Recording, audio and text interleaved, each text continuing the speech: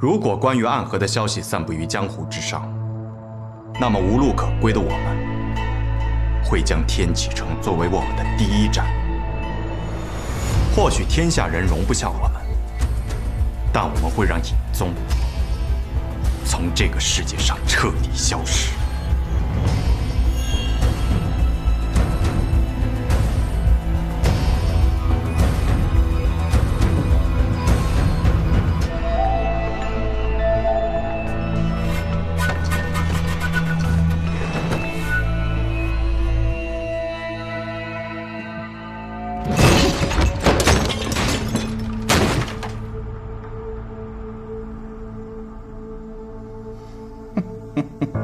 真是不错的年轻人，有魄力，很聪明，武功也很高。他方才一进来，就察觉到了你的存在。你没有刻意的隐藏你的气息吗？不，我在他进来之前，就用了绵息功，彻底隐藏住了自己的气息。他武功很高。年纪轻轻就超过了上一代苏家家主，想要控制住他们，影宗今日的表现，看来殿下是要失望了。一博，多拿出些本事来吧。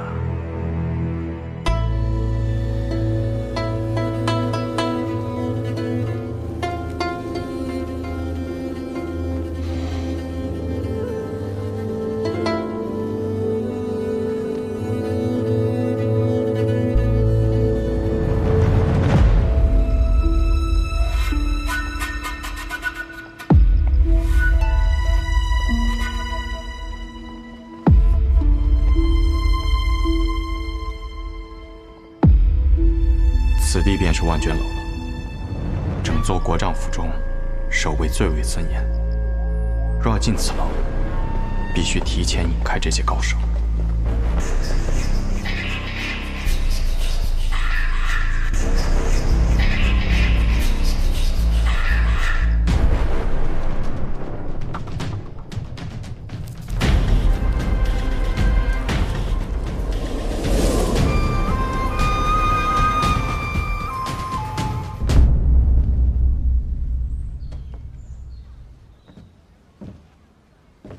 这叔，你来了。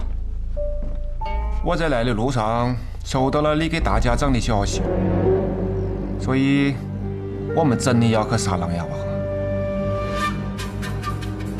琅琊王在过去的暗河中，就不是我会接的杀人弹，更何况他还是萧氏皇族3代以来第一人，又岂是那么好杀的？那你想啷子办？先假装与尹宗谈条件。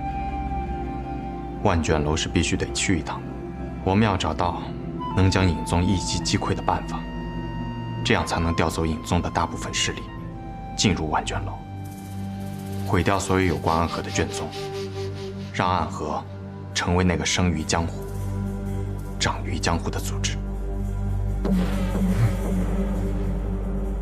义部想利用我们来杀琅琊王，说明他怕了。我们正好可以反其道而行，借助琅琊王的力量来灭了尹宗。本以为九霄城那一战便会是终点，不知道度过这次之后，是否还会有下一个阻碍。有人的地方就有江湖，有江湖的地方就有纷争，更何况你有一个喜欢纷争的好兄弟。他什么时候来？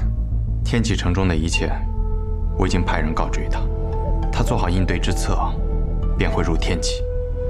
简臣子，哎呀，那我们就静等几日。比起我们，尹宗那帮家伙肯定是坐立难安。难得来趟天启城，正好带你去几个有意思的地方转转。天启城中最知名的地方，这些日子我倒是都转过了。你去过哪去？千金台、青天剑、问天石、龙起源，甚至还去了学堂。哎呀，停！这都是些什么破地方啊？这都是天启城中最有名的地方。呸！天启城里头最有名的地方，那当然是皇宫。教坊是。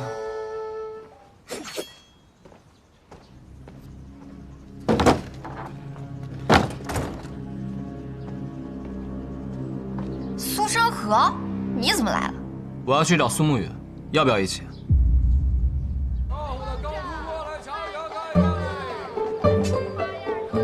沐雨啊，来了天启城，也不晓得来这该逛逛。我不识路。有理，这种地方一个人来啊，总是容易迷路的。酒不醉饮，饮自醉啊。哲叔，你什么时候这样喝酒了？这样显得很风流啊。为何你官话又突然变好了？你管那么多干什么？那哲叔，我们接下来去哪里？百花楼上百花开，百花开尽美人来，自然是去百花楼啊。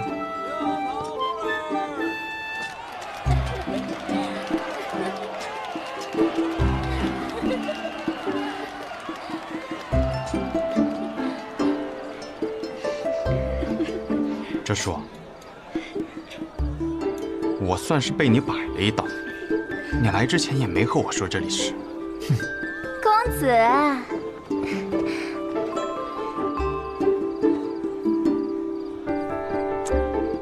美人的这杯酒一定是美酒啊！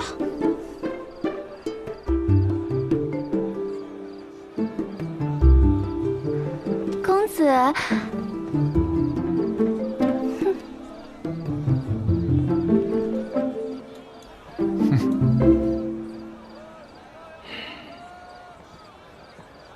哲叔，那接下来做什么？你想做什么？我想走。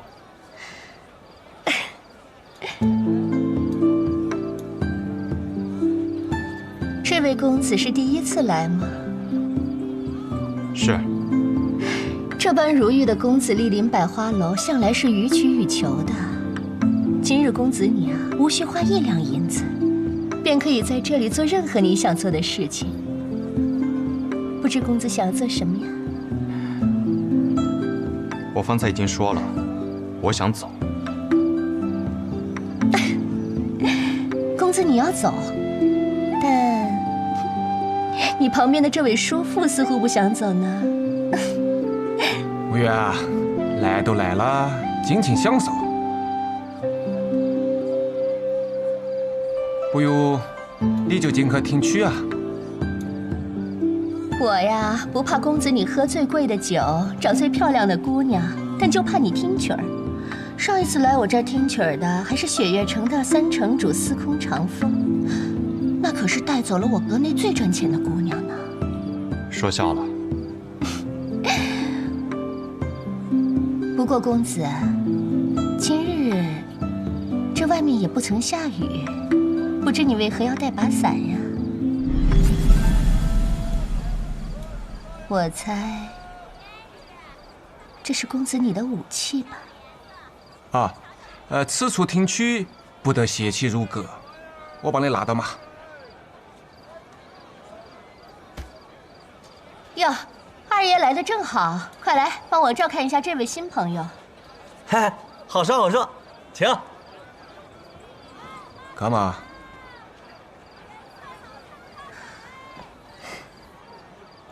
请吧。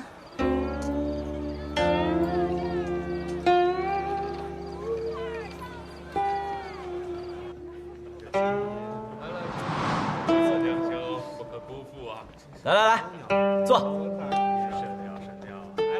嘿嘿。哎呀，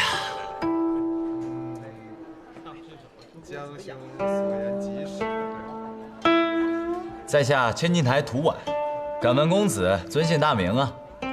苏沐雨。沐雨，好名字，好名字呀！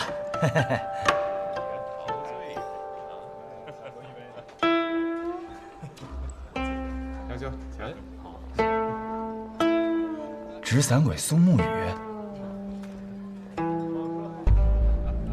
今日在此指示苏沐雨，并无执散鬼啊。莫担心，我也是来听曲的。啊，苏公子真是好雅兴。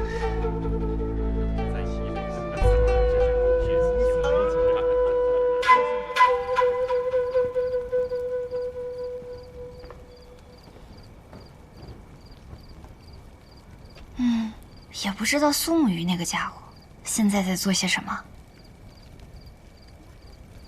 小秋，再来一杯！来，共饮此杯。听下去这真好，是真没白来。二爷常来听曲吗？啊，以前是常来的，当年可是国手风姑娘坐镇其中。自从风姑娘走了之后，就许久没来了。现在抚琴的是婉儿姑娘，听朋友说琴音并不逊色于风姑娘，我便来听听。感受如何？虽然在我心里啊，依然是不及风姑娘，但确实已然算得上是不凡了。苏公子觉得呢？对于乐律，我也只是欣赏罢了，并没有什么资格去评判别人。我听罢再聊，不然婉儿姑娘要生气了。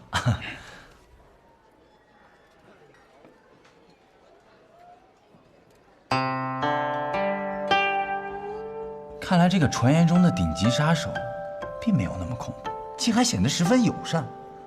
也不知是那传言过分夸大了，还是实际当此人拔剑之后才会化身恶魔。罢了，我还是先听曲儿吧，一会儿找个机会溜走。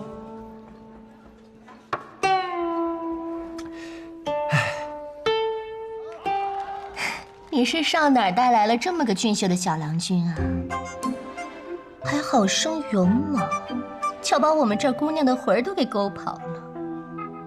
是我一个小兄弟，想检验一下是不是一个可靠的男人。怎么？那在我这楼里逍遥快活的，就一定不是可靠男人了？哼！你检验一个男人做什么？哦，忘了和你讲了，我已经找到我的女儿了。那感情是好啊，这不是你这些年来最大的心愿吗？是啊，但我这个女啊，应得这个小子之后，我总感觉他喜欢上他了。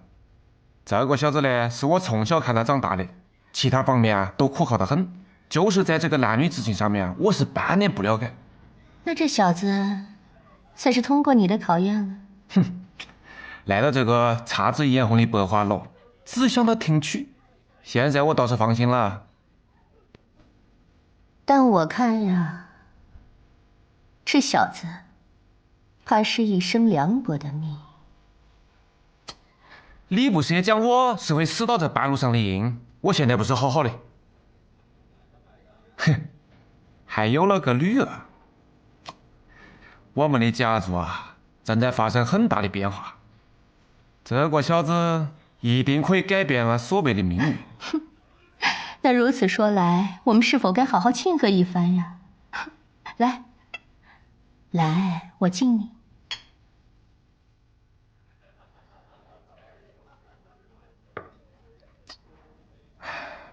我这儿啊也有姑娘，专喜欢你这样的英雄。反正你已然是个官夫了，通不通过考验都没关系。哼。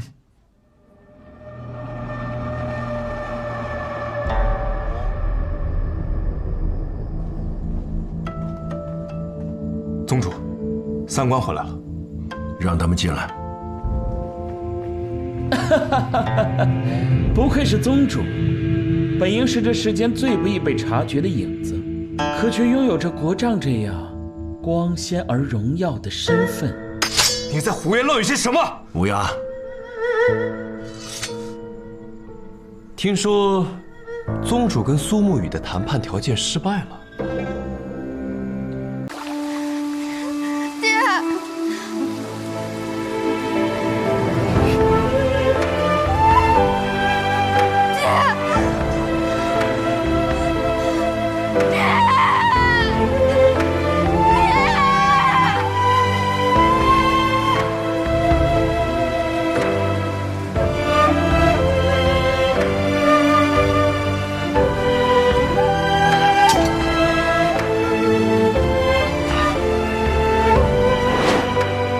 想求一个答案。什么答案？一个我必须要知道的答案。既然如此必须，为何拖了这么多年，还是没有找到呢？因为当我知道这个答案之后，我必须要做一件事情。曾经的我还做不到。你用了“曾经”二字，相信很快就能实现。首先，你得从这里出去。据说影宗的监狱只见人死，未见人生。我的朋友会救我。一个暗河中人，居然用朋友称呼另一个人，你还真是有些特别。若他一直不来救你呢？那便趁此机会多休息休息。你好像对我没有戒心，什么话都愿意跟我讲。因为前辈，你姓卓，只因一个姓氏？是。因为我的父亲便是姓卓。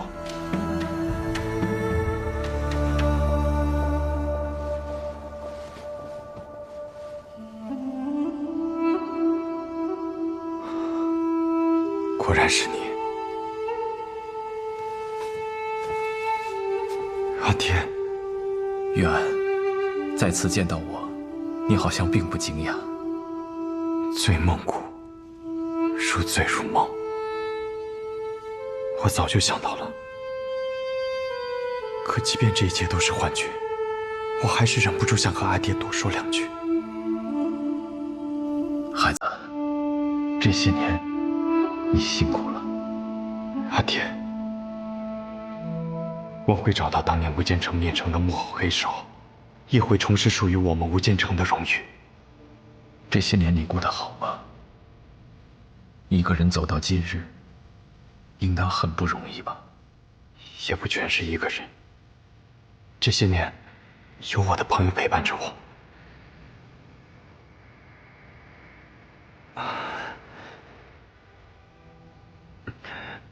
这醉梦谷发作的更厉害了。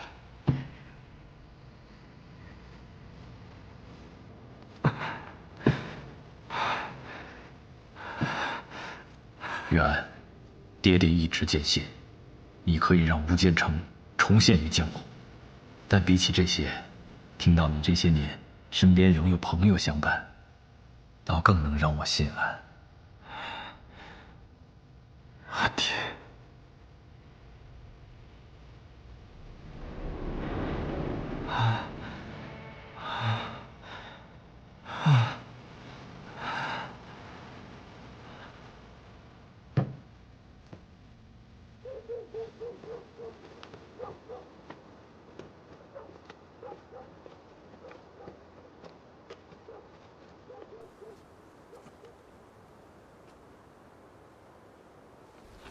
这不对劲，才刚入夜，这长街上一个人都没有。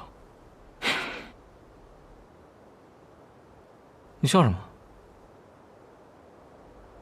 今日是除夕，大街上自然无人，就连平日里最勤奋的商贩此刻也都回家了，这有什么好奇怪的？今天是除夕啊！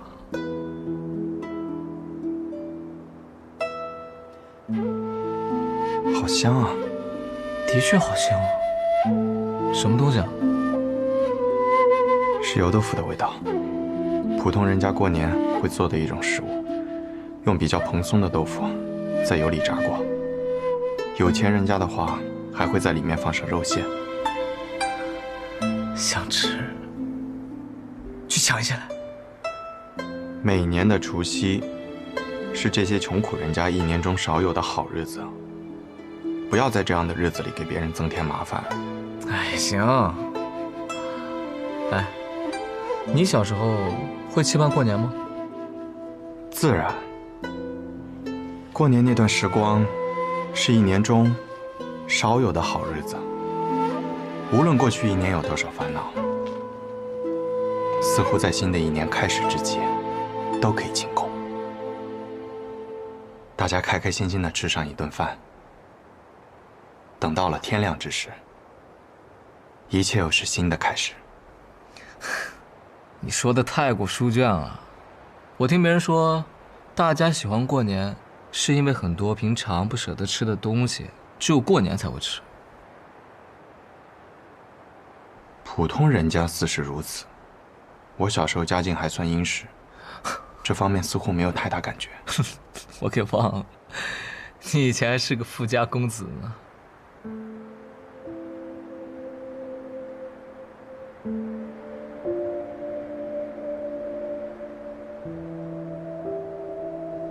你从未过过年吗？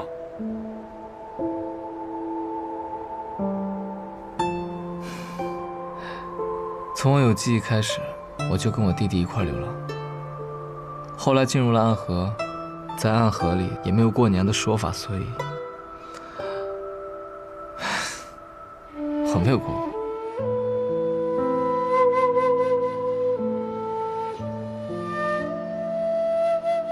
可惜今日应该没有酒馆会营业了，不然请你喝上一杯。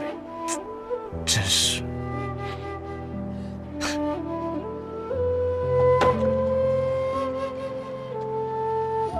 谁呀？你们是？奶奶不必害怕，我们只是过路旅人，停下来歇歇脚，即刻便走。这大过年的，你们还要赶路啊？对，出来办些事儿，路上耽搁了。成河，走了。哎，孩子，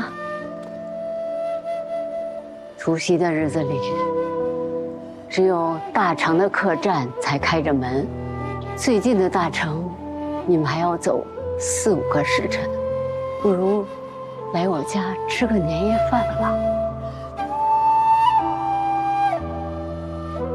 孩子，求求你们了，就陪陪我这个老婆子，吃个年夜饭吧。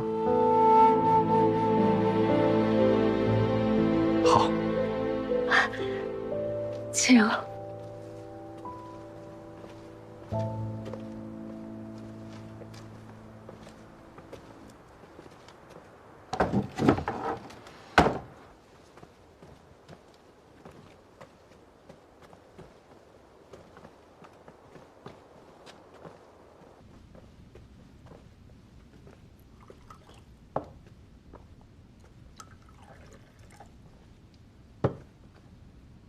喝茶吧。哎，你们先坐下来，我去给你们弄饭吃啊。坐吧，别客气。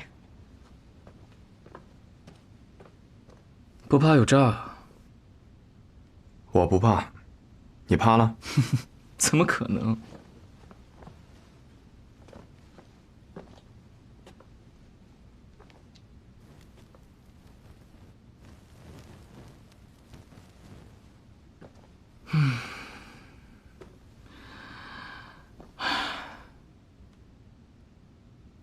石油豆腐的香味儿。开饭啦！这样的日子应该坐下来吃碗热腾腾的饭。你们还要赶路吗？你们家里的父母知道今天你们连落脚的地方都没有，他们会难过的。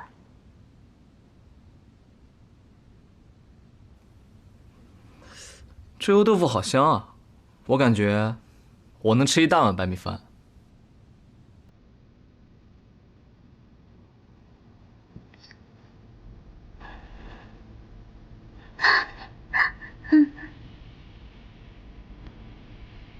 奶奶，您怎么了？我觉得原先您说过这样的话。他最喜欢我做的油豆腐了。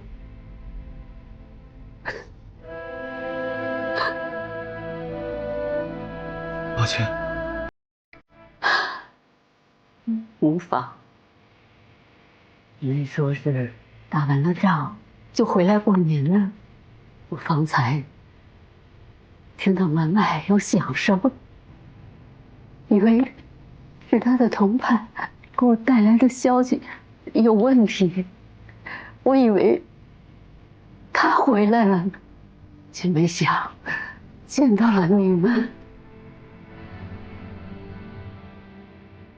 我知道是他派来你们跟我一起过年的。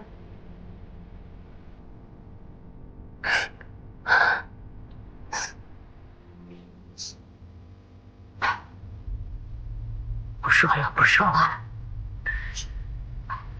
你们先吃饭吧，我去再给你们找个阶段。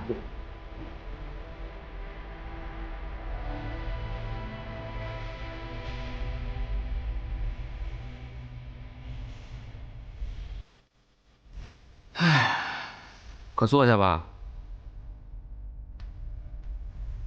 这是奶奶的一片心意，快尝尝。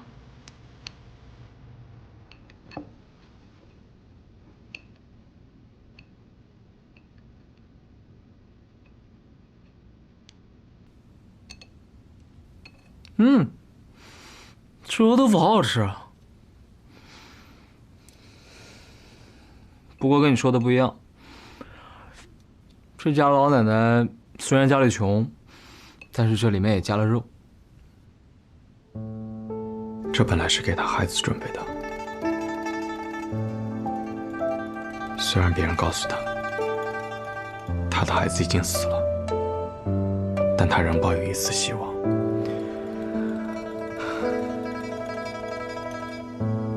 这是我这辈子第一次吃年夜饭。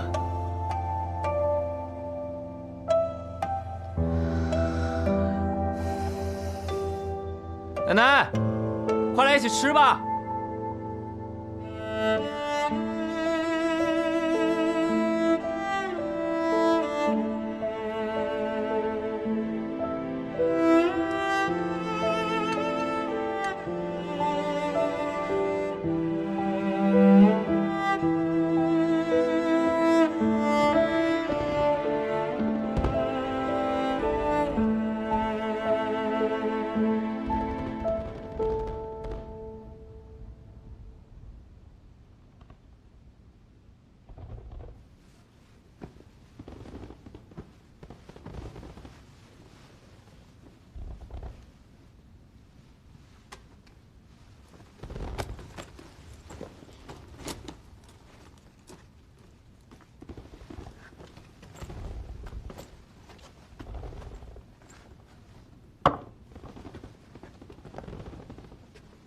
这般豪气啊！想不到吧？向来有美名著称的苏沐雨什么都没留下，而杀人如麻的送葬师留了一锭银子。哼！饭后我便把5枚铜板放这里了。怎么才5枚啊？因为我总共就5枚。唉，穷鬼。走了。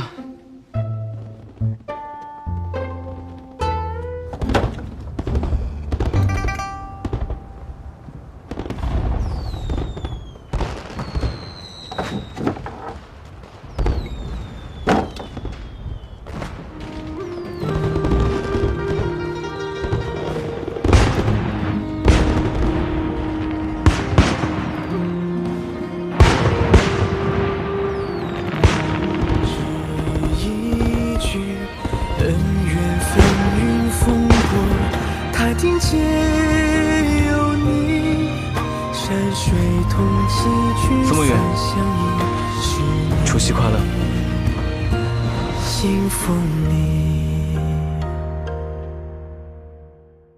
北离江湖，波澜壮阔，南承雪月，东承母霜，与唐文等一众名门大派共筑江湖的光明与秩序。可光明之下必有阴影，暗河，江湖中最神秘的刺客组织。一入暗河，此生就是别人手中的刀剑了。但总有人在暗夜中向往光明，在波涛中渴望走向彼岸。暗河的潮水也在此时翻涌而上。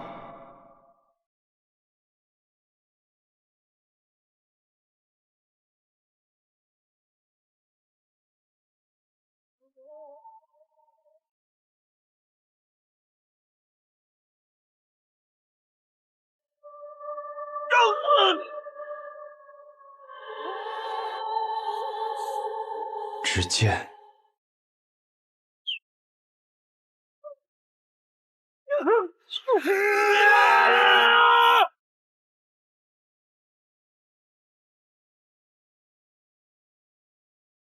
是为了什么？奎大人，有消息。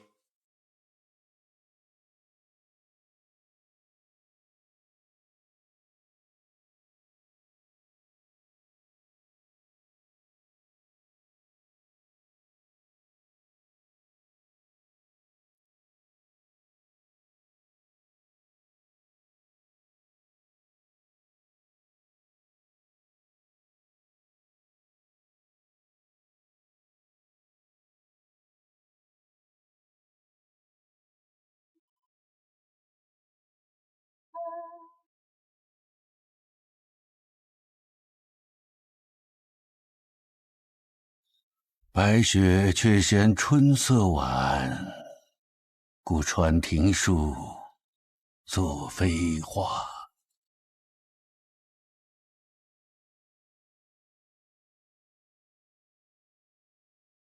本以为这个冬日已经结束了。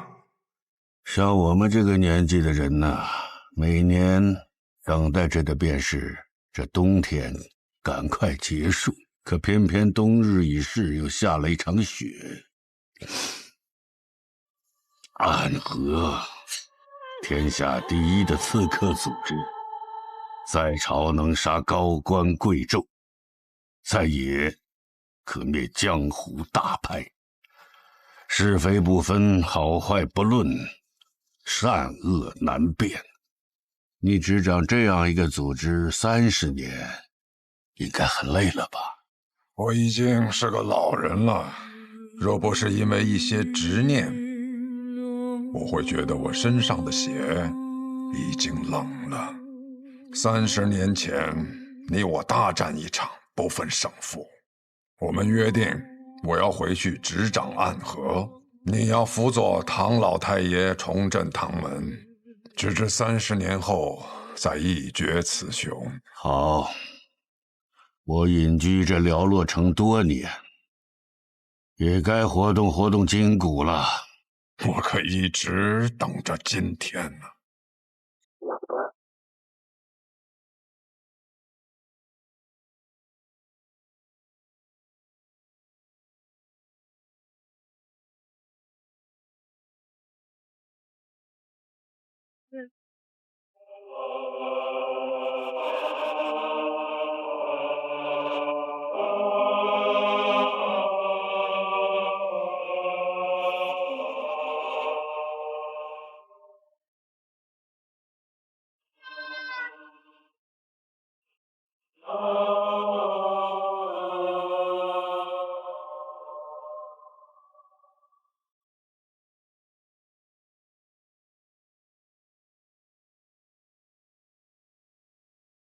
云青石托大，徒手接过几枚暗器，差点被毒死。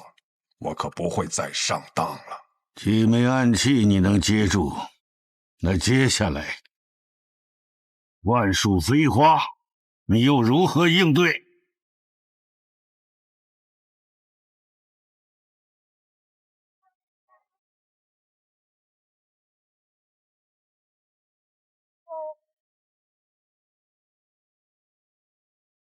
好一招万树飞花，许久没有如此尽兴的一战。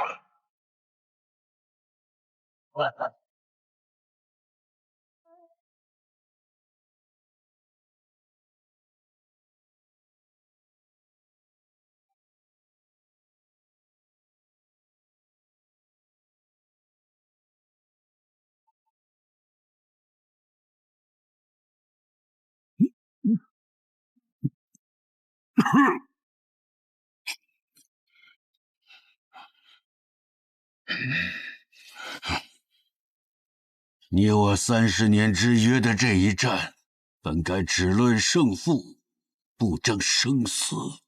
于杀手而言，没有胜负，只有生死。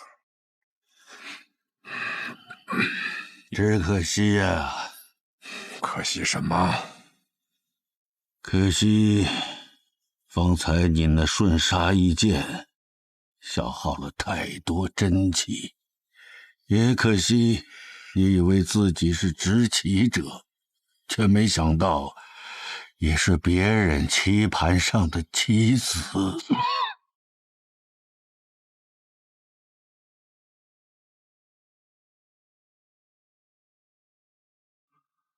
墨玉，不是跟你说过这是我自己的事，不用你插手吗？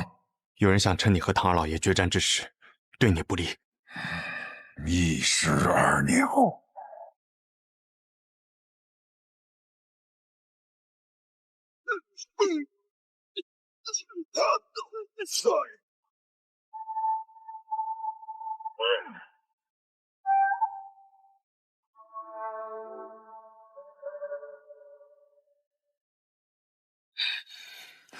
老伙计，你既然在决战之时动了杀心，你也晓得我这个人追求一个公平。雪落一枝梅，黄泉路上我会歇歇脚，可别让我等太久。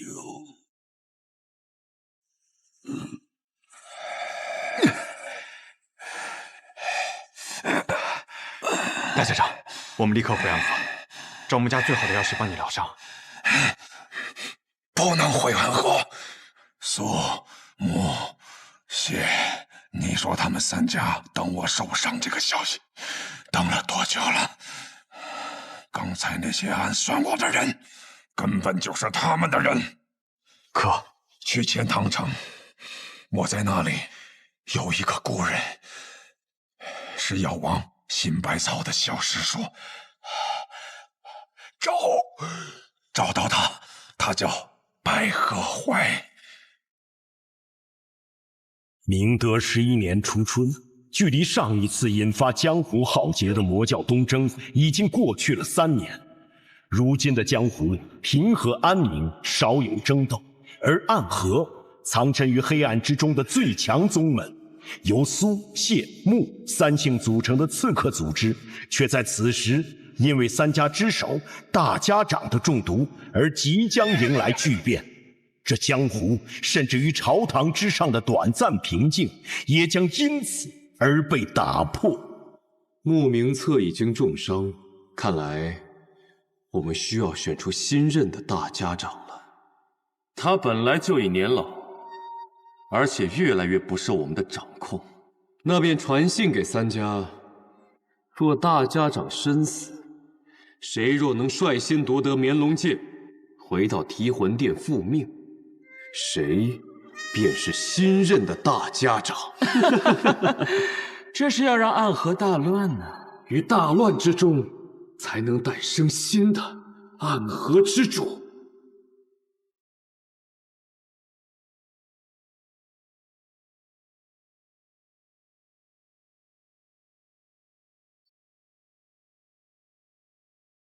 白鹤药到，你的谢银江，他们要来这里寻找名医。是啊，大家长身中奇毒，命不久矣。而此处就住着药王那隐居的小师叔。我们苏家老爷子说，希望这个小师叔可以不要出现，或者说从未存在过。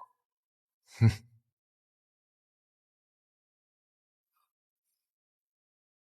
别人都是一口槟榔一口烟，飘飘欲醉做神仙。这叔，你吃的怎么是话梅啊？以前有个女人和我讲，槟榔对身体不好。哦，你是不是？我就不是了。哼。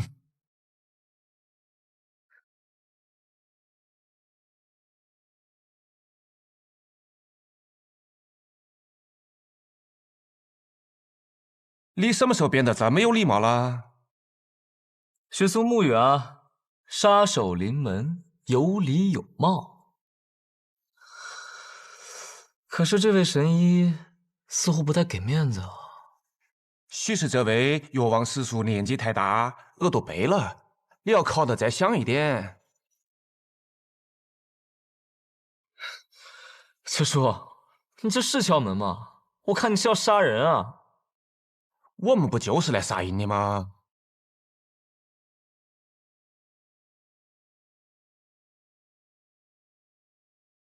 谁呀？敲门敲得那么大声，耳朵都要聋了。姑娘，敢问你家老先生是否在府上？我家老爷他出门巡诊去了，要不我帮你们去找找他。那便麻烦姑娘了。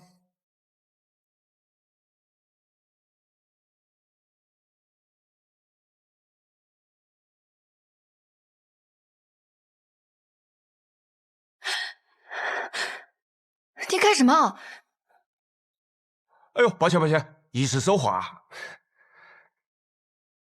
来，这个啊是祥宁膏，姑娘呢擦到脸上，不出半个时辰，你那个红痕就会恢复如初。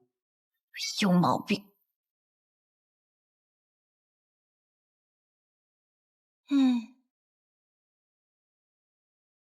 可引药蛇追踪的香凝膏，这种小伎俩也想骗过我啊？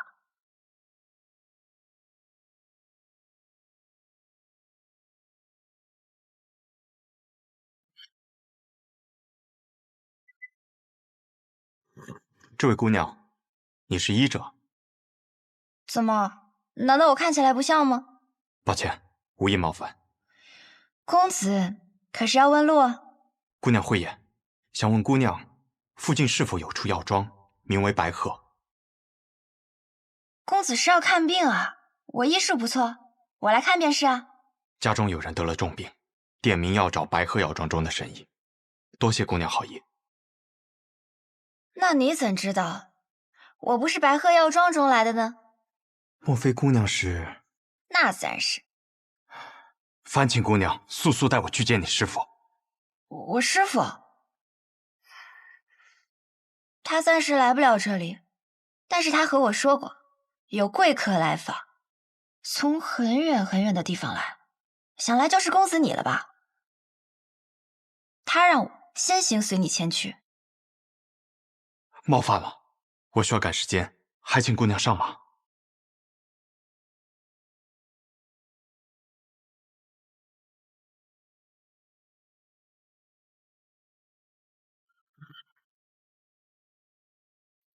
我们到了。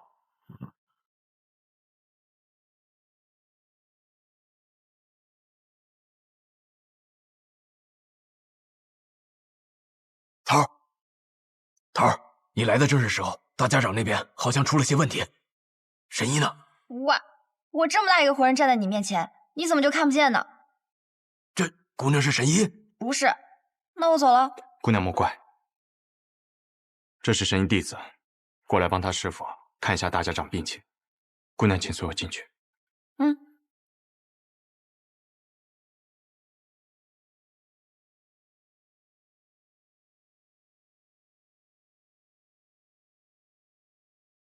唉，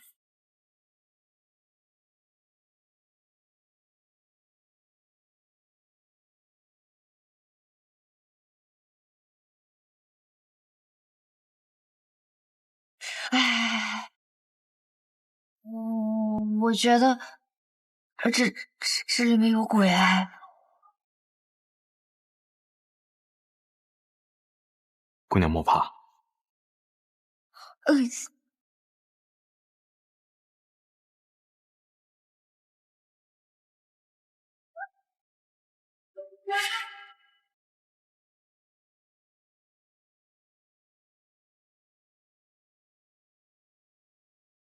大家长，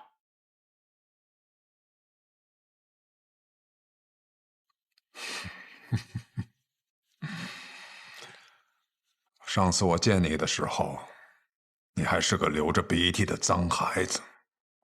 我上一次见大家长时，大家长还是一个随时会准备拔刀的杀神呢。现在也随时准备着拔刀，不过头发白了而已，这手还是血红色的。行了，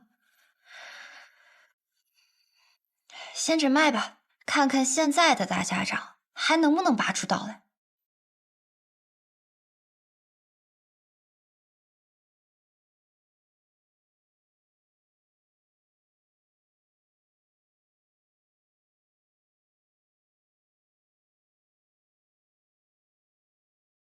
收起你的杀气，你若是不小心吓到了我，我手这么微微抖一下，你们的大家长可就死定了。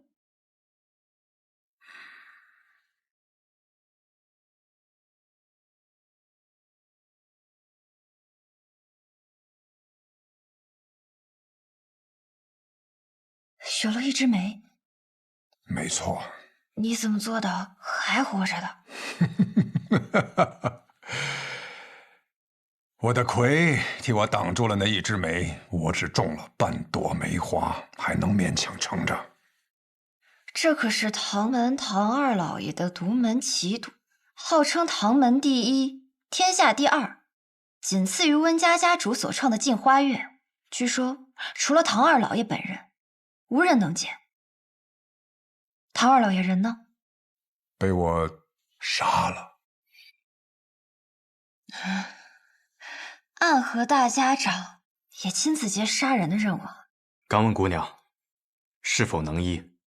我们药王谷的名言便是，只要没死，便可以医。只是……姑娘有何需求，但说无妨。就等你这句话了。医当然可以医啊，只要银子管够。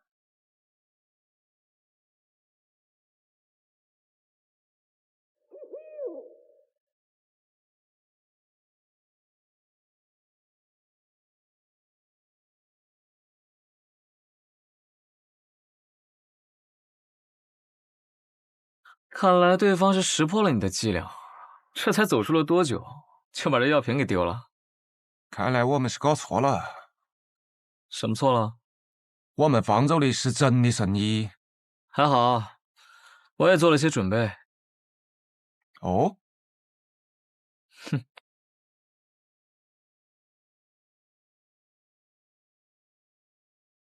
行了，你帮我找个住的地方吧。这来来回回的太麻烦了。不让你师傅再来看看了？我师傅，他早就入土为安了。你们怎么老想着要他从地底下爬出来？什么？药王的小师叔已经死了？沐玉，你错了。你眼前这位就是药王新百草的小师叔，药王谷一脉祖师李宇珍的关门弟子白鹤怀。医者白鹤怀，见过暗河大家长。见过暗河的魁大人。魁大人，我肚子饿了。神医见谅，行走在外，哪有什么珍馐佳肴，只有这个了。无妨，有的吃就不错，总比在药王谷吃我师兄煮的药膳香。你是不是很好奇，我是如何看出来你的身份的？既然神医与大家长是旧识，想必也听说过我们。小时候师父为了哄我好好学医，便给我讲故事。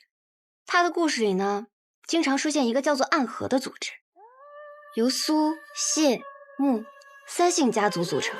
他们的统帅者便称作大家长。大家长座下有直属刺客团诸营，其中最强的12人以地支12校为代号，而他们的统帅者便是魁。今日我见到的这些人，他们以生肖为面，唯你戴血红恶鬼面具，随侍大家长左右。你不是魁，还能是谁？神医对我们的了解，比我想象中更深。哼。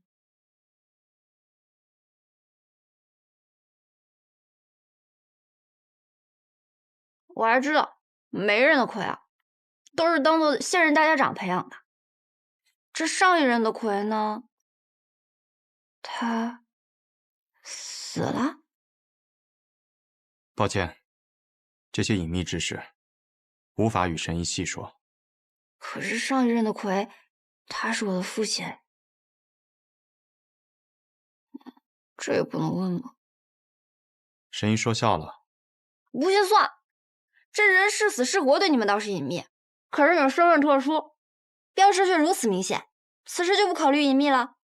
我也曾问过同门前辈，身为刺客，本该想尽办法隐匿身份，可为何我们却明明白白的把身份写在脸上？那人怎么说？这是意思个，你懂事吗？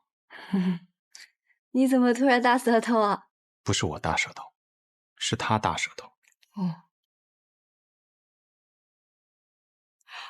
我想起来了，难道我白日里见到的那个人，他便是你的同门？他是不是手里还拿着一根法杖，上面套满了金环？这时居然也来了，还有一个玩匕首的，那是昌河。陈龙，准备一下，带上神医，即刻启程。是。去哪儿啊？九霄城，没有人比我更了解昌河，此刻我们定然已经入了他布下的局。宇哥，都准备好了。神医，这是卯兔，你随他动身，一路保重。魁大人，那便希望在九霄城中我们还能重逢。不必叫我魁大人，叫我苏沐雨便是。苏沐雨，还真是一个好听的名字。再见了。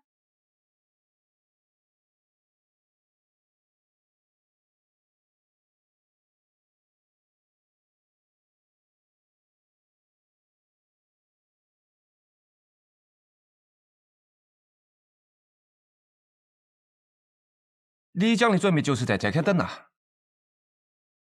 谢家的刀，穆家的鬼，每一个都蠢蠢欲动，而我就不一样了，我很懒的，不如就跟在那些勤快的人后头，虽然会慢上几步，但永远不会迟到。你透露了点消息给他们，他们两家都配人来这开了。哼，真是个狡诈的小子！老爷子判处你是铁了心要上位啊！唉，最聪明的我和最强的你，这是我曾经暗河第一高手，上一任魁大人。哼。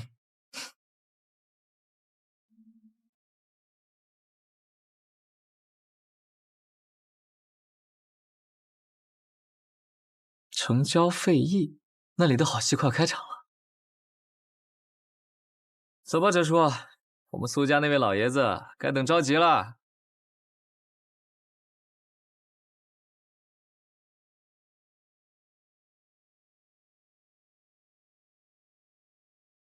不愧是大名鼎鼎的直三魁。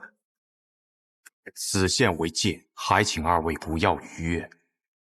谢家的紫靴鬼和刀阎罗不应该出现在这里。没劲，倒是被你一下子看穿了身份。不过我们家主听闻大家长受了重伤，心中十分焦急，想着赶快将大家长接回总堂来疗伤。大家长无碍。大家长是否无碍？还请容许千机与大家长见一面，再予以确认。不然我就这么回去了，不好交差啊。你不好交差，与我有何关系？你不想让我们与大家长相见，是否是自己意图不轨？不想让我们及时救治？是个不错的理由，但这个理由想要成立，只有一种可能：杀了你。没错。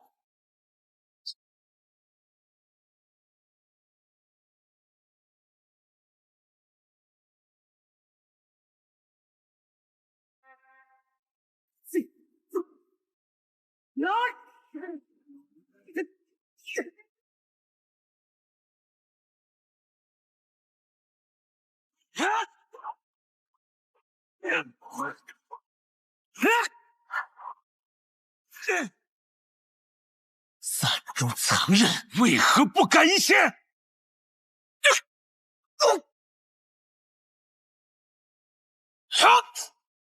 谢家的风舞龙之刀，不错。死！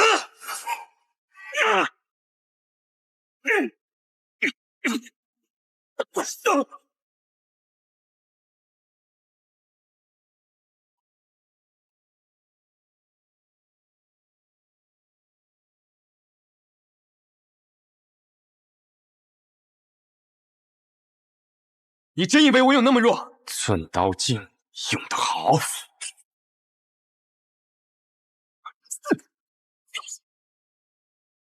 回去告诉你们家老爷子，若及时收手，那么这段时间的事情，大家长可以装作无事发生；若继续这般执迷不悟，就别怪我们朱隐无情了。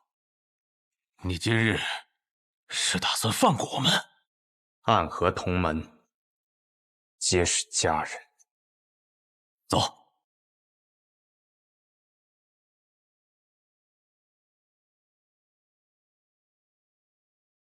你来了。你好像看到我不是很高兴啊，我的魁大人。我知道你迟早会到，却还是希望可以晚一点。老爷子让我给你带句话，你是苏家的嫡子。如今我是魁，人中之魁，我属于暗河，却不属于任何一家。你总是这么正经啊，一点意思都没有。当无名者的时候，每天起早贪黑的练剑，做一个勤勤恳恳的无名者；做刺客的时候，每一个任务完成的妥妥当当，一丝不苟。现在做了魁，还是这么兢兢业业。你的大家长都快死了，你还要强拖着给他陪葬吗？大家长无碍，这样的传言不该由你说起。他若无碍，又怎么会来找那什么新百草的小师叔？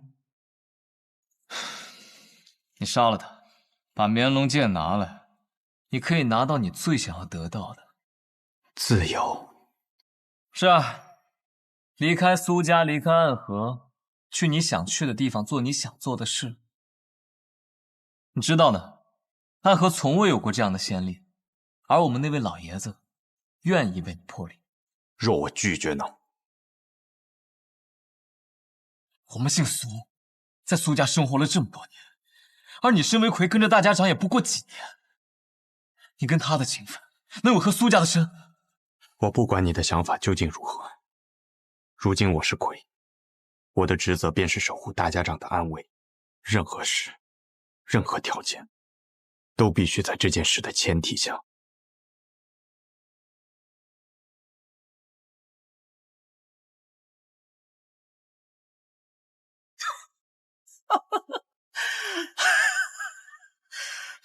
没错，就是这样。同样的话我已经回给了老爷子，我就知道你一定会这么说。然后呢？然后老爷子说，既然如此，那就杀了吧。